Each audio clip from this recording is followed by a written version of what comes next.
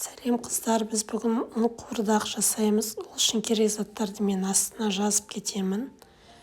Қазанымызды жақсылап қыздырып алып, оған сұйық майды құйып, турап алған етімізді қуырамыз. Етімізді жақсылап қуырып алғаннан кейін үстіне пиязымызды қосып, тағы да бір 5-10 минут қуырамыз.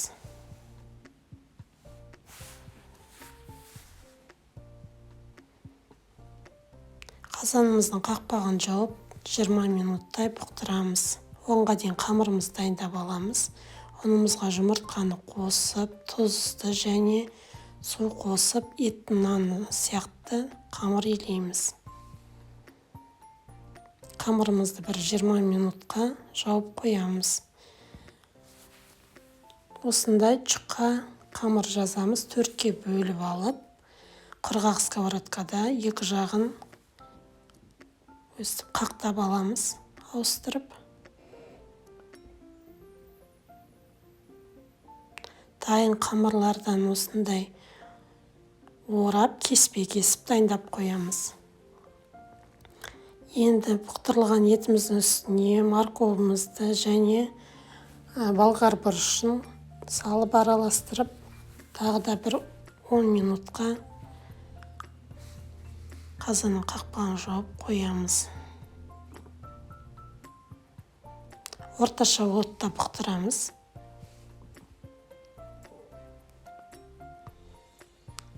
Қазанның қақпағын ашып, үстінен су құйып, осы көкөністерімізбен етімізді дайын болғанша тағы бір 20 минутқа жауып қоямыз.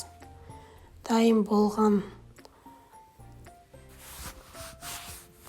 қуырдағымызға үстіне жаңағы кесіп қойған кеспемізді салып, бірақ та араластырмаймыз. Еттің буына пісу керек кеспеміз. Осылай жаймалап салып болғаннан кейін тағы бір 15 минутқа пісуге қоямыз.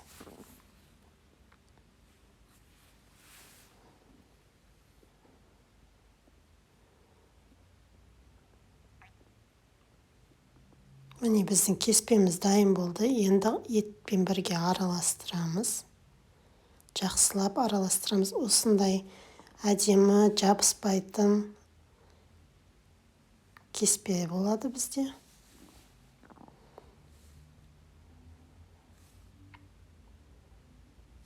Үстіне укропымызды сеуіп, тағы да араластырамыз.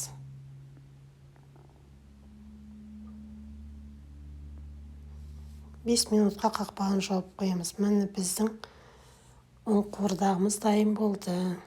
Өте керемет, дәмі де өзі де бөлек-бөлек әдемі болып шығады.